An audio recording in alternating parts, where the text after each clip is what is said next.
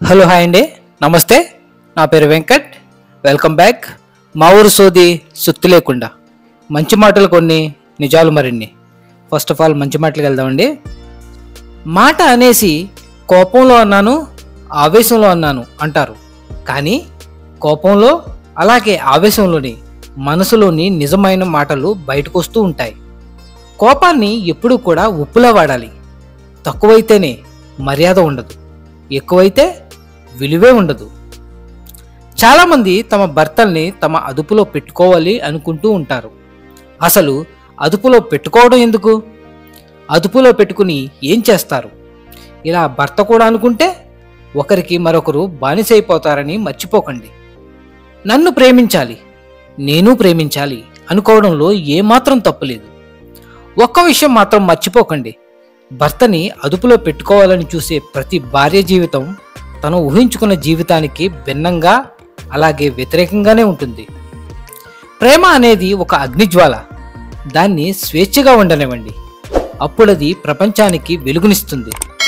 ఎప్పుడైతే దాన్ని అదుపు చేయాలనుకుంటారో అప్పుడది అగ్ని పర్వతంగా మారిపోతుంది. మీ జీవితంలో వెలుగుని కోరుకుంటారో లేదంటే విస్ఫోటనాన్ని కోరుకుంటారో నిర్ణయం మీదే. ఎన్ని నీళ్లు పోసినా కూడా ఎడారిలో మొక్కలను పెంచలేము. అలాగే ఎన్ని జన్మలెత్తినా కూడా, ఎంత పాదసేవ చేసినా కూడా తల్లిదండ్రుల రుణం తీర్చుకోలేము, కాదంటారా? జీవితం అనేది ఒక ప్రయాణం. అందులో ఎన్నో సమస్యలు, ఎన్నో సంతోషాలు, ఎన్నో బాధలు, ఎన్నో పరిచయాలు అన్నీ కలిస్తేనే మన జీవితం. ఇందులో ఏ ఒక్కటి లేకున్నా జీవితం ఏదో గడుస్తుందంతే. అన్ని మెలకువలు చూసిన వాడితే పరిపూర్ణ జీవితంగా పరిగణించబడుతుంది. నిజంగా ఒంటరితనం అంటే ఏమిటో తెలుసా? ఒంటరితనం అంటే ఎవరూ లేకపోవడం కాదు, అందరూ ఉన్నా కానీ మనల్ని అర్థం చేసుకునే వాళ్ళు లేకపోవడమే. ఉన్న ఈ చిన్న జీవితాన్ని సంతోషంగా గడపండి. ఎందుకంటే భవిష్యత్తులో ఉండేవి జ్ఞాపకాలు మాత్రమే, సమయం కాదు. అర్థమైందనుకుంటా.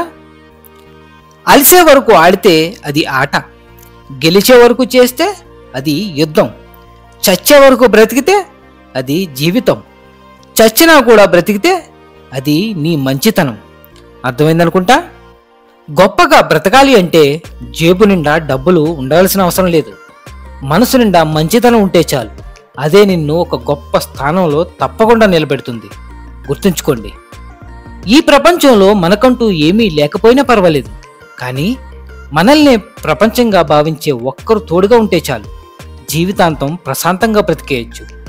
ఎప్పుడూ కూడా విలువలు ఇచ్చే బంధాలను వదులుకోవద్దు, విలువ ఇవ్వని బంధాలను పెంచుకోవద్దు. అప్పుడే జీవితంలో మనశ్శాంతిగా బ్రతకగలవు. గుర్తుంచుకో, మనం మాట్లాడే మాటలు ఎదుటి వ్యక్తిని సంతోషపెట్టకపోయినా పర్వాలేదు, కానీ కించపరచకుండా ఉంటే చాలు.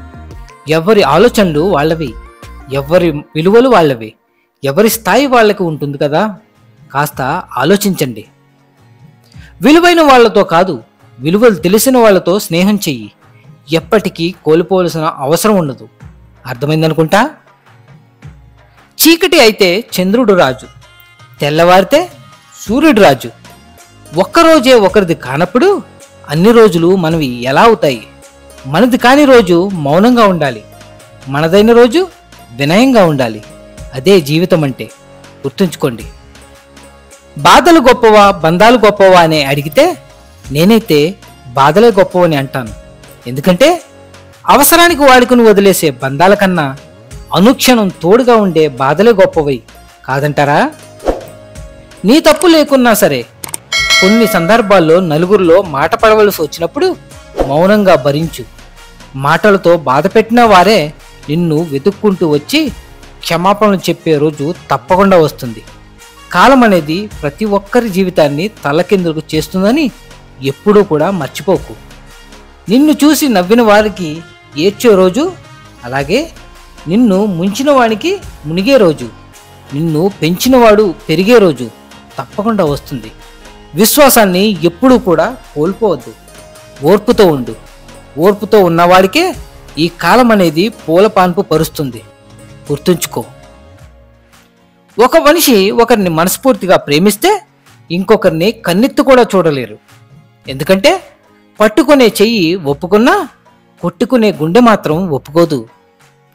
పుట్టుక నుండి మరణం వరకు ఒకేలా ఉండేది ఒక్క అమ్మ ప్రేమ మాత్రమే, కాదంటారా? గుర్తుపెట్టుకో, మన స్థాయిని బట్టి మన మాటలు ఉండకూడదు. మన మాటలకే ఒక స్థాయి ఉండాలి. అర్థమైందనుకుంటా. అందరికీ మనం చెప్పే సమాధానం కన్నా కాలం చెప్పే సమాధానమే సరిగ్గా ఉంటుంది. ఓపిక పట్టి చూడు, ఓపిక చాలా విలువైనది. జీవితంలో గెలవాలి అంటే మనలో బలం ఉంటే సరిపోదు, ఎదుటివాడి బలహీనత కూడా తెలిసి ఉండాలి. ఏ మనిషినైనా కూడా తన యొక్క బుద్ధే తనని నాశనం చేస్తుంది, అంతేకాని అతని శత్రువులు కాదు. పరిస్థితులు చూసేవారికి ఒకలాగా, అనుభవించేవారికి ఇంకొకలాగా కనిపిస్తాయి. అనుభవించేవారికి ఉన్నంత బాధ చూసేవారికి ఉండదు.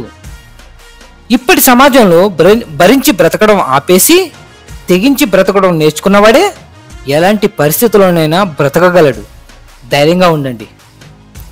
ఇక నిజానికి వెళ్దామండి. మనం మనలా ఉండడానికి ప్రయత్నించాలి, అంతేగాని ఎదుటివాడిని చూసి వాడిలా అయిపోవాలి, అలాగే వాడిలా ఎదిగిపోవాలి అనుకుంటూ వాడిలా మనం కూడా వాతలు పెట్టుకుంటే వాడిలా ఉండటం దేవుడెరుగు. ఆ వాతకి మనకి మంటెక్కిపోద్దురోయ్.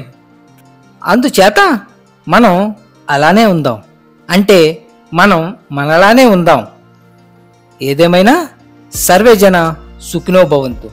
మళ్ళీ వచ్చే వారం కలుద్దాం మరిన్ని మంచి మాటలతో. Signing off Venkat. Thank you.